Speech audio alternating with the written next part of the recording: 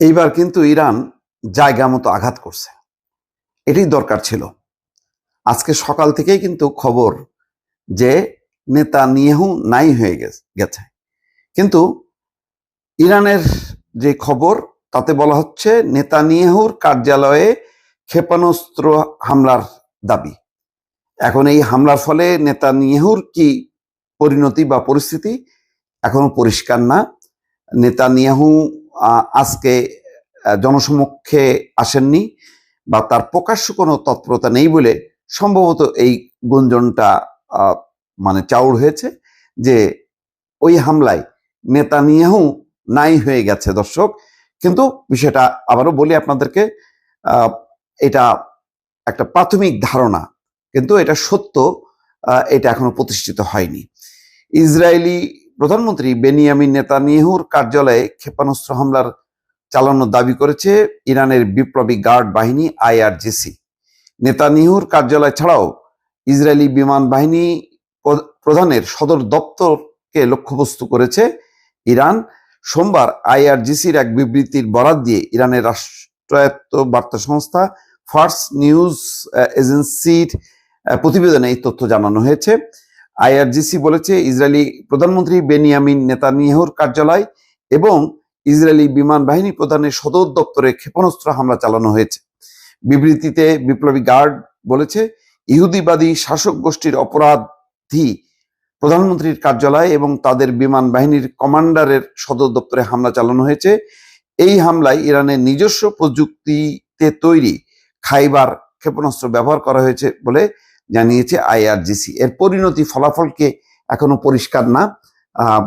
নিশ্চয়ই যদি নেতানিয়াহুর চরম পরিণতি হইতো তাহলে এতক্ষণে হয়তো সারা বিশ্বে খবর ছড়ায় যেত এবং পশ্চিমা গণমাধ্যম হয়তো প্রচার করত। তবে যেহেতু ইরানের পক্ষ থেকে বলা হচ্ছে এর সত্যতা আছে, এখন শুধু কি মানে কার্যালয় ক্ষতিগ্রস্ত হয়েছে, বিমান বাহিনীর প্রধানের সদর দপ্তর ক্ষতিগ্রস্ত হয়েছে, নাকি লোকজন খোয়া গেছে? বিশেষ করে সবচেয়ে এখন সারা মুসলিম দুনিয়ার প্রধান শত্রু নেতানিয়াহু খতম হয়েছে পরিষ্কার না। তবে যদি নেতানিয়াহুর চরম পরিণতি হয়, এইটা হবে ইসলাম বা মুসলিম বিশ্বের জন্য সবচেয়ে বড় আনন্দের খবর এবং এটা একটা নজিরবিহীন একটা ঘটনা হবে নিঃসন্দেহে।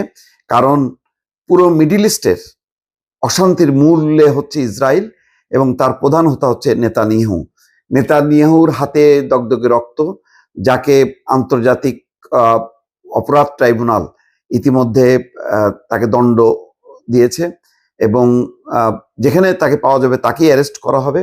গণহত্যার দায়ে তিনি অভিযুক্ত এবং শাস্তিযোগ্য অপরাধ তিনি করেছেন এবং এখন নেতানিয়াহু রক্ত ঝরাচ্ছে খোদ ইরানে এবং সেই ইরানে প্রথম হামলায় প্রায় 150 ছোট ছোট মেয়ে, শিশু মেয়ে যারা শিক্ষার্থী, তারা কিন্তু হত্যার শিকার হয়েছে। কত বড় নৃশংস কাণ্ড! এটা নিয়ে পশ্চিমা দুনিয়া চুপচাপ।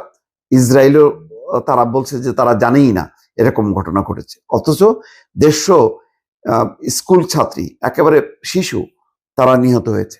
যাই হোক, এখন এই ঘটনায় অন্তত নেতানিয়াহুর যদি চরম পরিণতি হয় তাহলে একটা বড় ধরনের সান্ত্বনা এবং মুসলিম দুনিয়া উজ্জীবিত হবে এবং ইরানের যারা যুদ্ধ করছে তারা নিঃসন্দেহে তাদের মনোবল বহুগুণ বেড়ে যাবে। দর্শক, এইবার কিন্তু ইরান জায়গা মতো আঘাত করছে।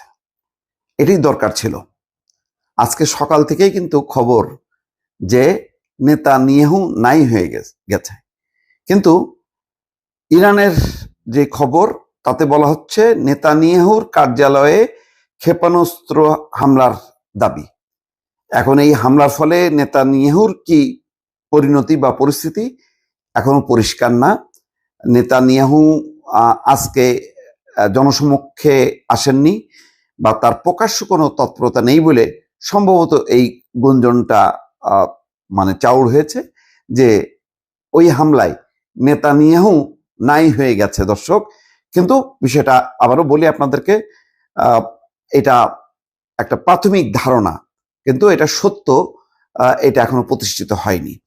ইসরায়েলি প্রধানমন্ত্রী বেনিয়ামিন নেতানিয়াহুর কার্যালয়ে ক্ষেপণাস্ত্র হামলার চালানোর দাবি করেছে ইরানের বিপ্লবী গার্ড বাহিনী আইআরজিসি।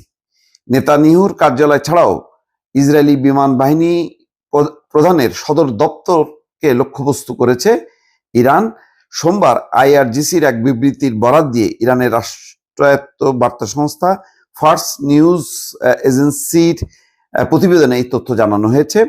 আইআরজিসি বলেছে ইসরায়েলি প্রধানমন্ত্রী বেনিয়ামিন নেতানিয়াহুর কার্যালয় এবং